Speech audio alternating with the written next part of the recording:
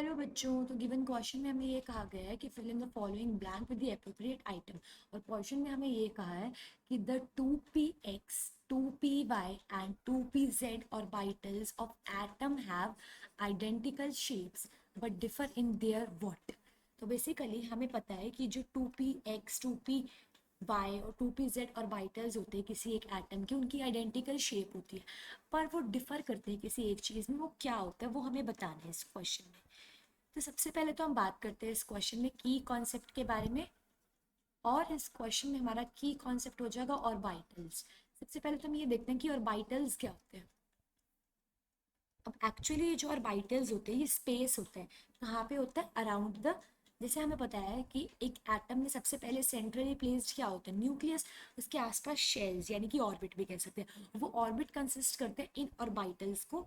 और इन ऑर्बिटल्स में बेसिकली जो प्रोबेबिलिटी होती है, फिर हम ये भी कह सकते हैं पॉसिबिलिटी, किसी इलेक्ट्रॉन को ढूंढने की, वो बहुत ज़्यादा होती है, मतलब बहुत हाई होती है।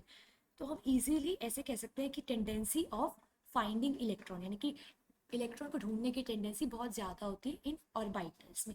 और डिफरेंट डिफरेंट ऑर्बिटल्स होते हैं, जैसे कि एस हो गया, पी हो गया, डी हो गया और एफ हो गया। एस ऑर्बिटल की शेप होती है ऐसे स्फीरिकल शेप। पी ऑर्बिटल की शेप ऐसे डम्बल शेप होती है। अब डी ऑर्बिटल की अगर शेप की बात करेंगे तो ऐसे डबल डम्बल होती है, इस तरीके से। थोड़ा रफ में है, ऐसे डबल डम्बल हुई कि रफ में बनाई दी। अभी एफ एफ और बाइटल की शेप की अगर बात करें तो बड़ी कॉम्प्लेक्स होती है। अब जैसे कि ये जो बनाए हैं हमने ये स्ट्रक्चर, इसको कहते हैं लोब। जहाँ पे और बाई जहाँ पे इलेक्ट्रॉन्स प्रेजेंट होंगे, ये भी एक लोब है। इधर भी ये लोब्स है, जैसे डी और बाइटल में 4 लोब्स होते हैं, पी और बाइटल में 2 लोब्स है। वैसे जो एफ होता है ना वो बड़ा कॉम्प्लेक्स स्ट्रक्चर होता है और इसमें 8 लोब्स होते हैं। LOBES, इस तरीके से। अब जैसे कि 2px 2py और 2pz की बात करिए। अब सबसे पहले हम p को देखते हैं।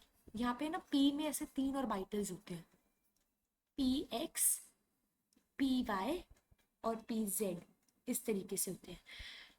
तो इसी की जगह अगर हम बात कर रहे हैं सेकेंड शेल में, यानी कि हम सेकंड शेल में बात कर रहे हैं, तो ऑब्वियसली जो सब शेल होंगे, सब शेल यानी कि जो सब डिवीजन होता है इन शेल्स का, वो ऑब्वियसली 2 से होंगे स्टार्ट। 2p हो गया, 2s हो सकता है, 2d हो सकता है। इस तरह से 2d तो चलो होता ही नहीं है, मतलब ऐसे हो सकते हैं। जैसे 3 की बात करें तो 3s हो गया, 3p हो गया, 3d हो गया, इस तरीके से। तो इसके केस में तो सिर्फ जब शेल नंबर 2 हो तो उसके केस में सिर्फ 2s होता है और 2p सब शेल्स होते हैं। अब हमें पता है कि 2s सब शेल में सिर्फ एक ही ऑर्बिटल ऐसे प्रेजेंट होता है। अब 2p में अगर बात करें तो ऐसे 3 ऑर्बिटल्स होते हैं, इस तरीके से। सबसे पहला होता है ये 2px, ये होता है 2py और ये वाला होता है 2pz, इस तरीके से। अब इनकी शेप तो सबकी सेम होती है, हमें पता है शेप कैसी होती है, ऐसे डम्बल शेप होती है। लेकिन डिफरेंस क्या होएगा इन तीनों में? डिफरेंस की अगर बात करें तो ये जो 2px की अगर बात करते हैं, अगर हम 3D में देखेंगे स्ट्रक्चर को, मतलब इसके ऑर्बिटल स्ट्रक्चर को 3D में देखेंगे, 3D रिप्रेजेंटेशन, तो ये जो 2px होएगा ना, ये वाला ऑर्बिटल एक्स एक्सिस के ऊपर होएगा, तभी 2px है इसका नाम।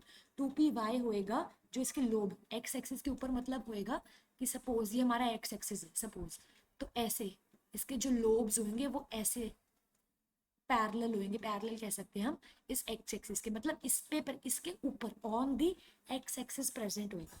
अब 2py की अगर बात करिए तो इसके जो लोब्स होंगे, इसके ऑर्बिटल कह सकते हैं, वो होंगे वाई एक्सिस पे। अब 2pz की बात करिए तो इसके होंगे जेड एक्सिस पे, सिमिलर एक्सिस, एक एक्सिस होता है। और एक और चीज हमें ध्यान में रखनी है इसके लिए, कि जो इलेक्ट्रॉन डेंसिटी की अगर बात करेंगे, ये तो हमने देख लिया एक्सिस के बारे में कि 2px का जो ऑर्बिटल होएगा ऐसे वो एक्स एक्सिस पे होएगा, 2py ऐसे वाई एक्सिस पे, और ये जेड वाला जेड एक्सिस पे, ये तो हमें पता चल गया। लेकिन अगर हम बात करें इलेक्ट्रॉन डेंसिटी की, हमें पता है कि इन्हीं ऑर्बिटल्स में ही इलेक्ट्रॉन्स प्रेजेंट होते हैं। तो अगर हम इलेक्ट्रॉन डेंसिटी की बात करें तो इसके केस में 2px के केस में ये इलेक्ट्रॉन डेंसिटी कहाँ पे होगी?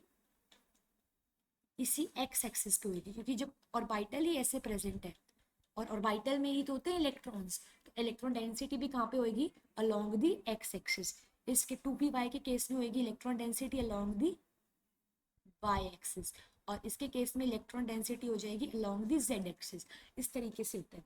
अब अगर हम स्ट्रक्चर्स की बात करें, इस तरीके से अगर हम स्ट्रक्चर बनाएं, सपोज ये है हमारा एक स्ट्रक्चर, ये हो गया हमारा, सपोज इधर ले लिया हमने अब जेड एक्सिस, सपोज एक एग्जांपल के तौर पे देख रहे हैं, ये हमारी जेड एक्सिस है, ये हमारी वाई एक्सिस है, और ऐसे डायगनली, मतलब ये तो 2D में बना रहे हैं हम, अगर हम 3D में बात करेंगे तो डायगनली देखते हैं ना ऐसे हम, ये हो जाएगी हमारी एक्स एक्सिस।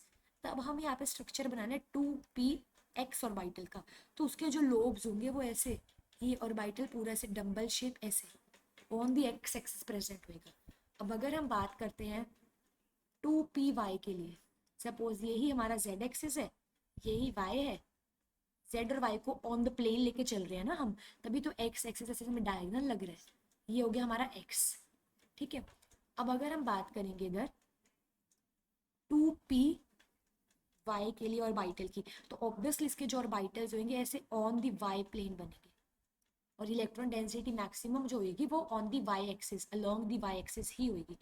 अगर हम बात करें एक और बार ऐसे, ये हो गया हमारा इधर z, ये हो गया इधर हमारा y, और ये तो हमारा x था ही, हमें पता है ये x था हमारा। अब 2pz के केस में जो ऑर्बिटल होंगे वो अलोंग दी z एक्सिस होंगे इस तरीके से। तो हम देख सकते हैं कि शेप सब में सेम बन रही है, लेकिन डिफरेंट क्या आ रहा है, ओरिएंटेशन। मतलब किसी की orientation along the x axis है, किसी की orientation along the y axis है, किसी की जेड एक्सिस के अलोंग है, और ये ओरिएंटेशन कहाँ पे होएगी, इन दी स्पेस। ये सब कुछ 3D, मतलब 3 डायमेंशनल रिप्रेजेंटेशन होती है। हम बना अभी 2D प्लेन में रहे ऑन द पेपर, हम अभी वो बना रहे हैं। तो ये डिफरेंट कैसे है एक दूसरे के ओरिएंटेशन में, किसी की अलोंग द एक्स है, किसी की अलोंग द वाई, और किसी की अलोंग द जेड है।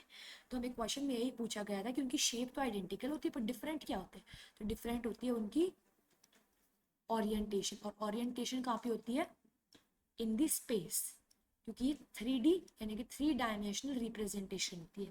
तो ये हो जाएगा हमारा final answer. So now I hope you all understood this question. All the best.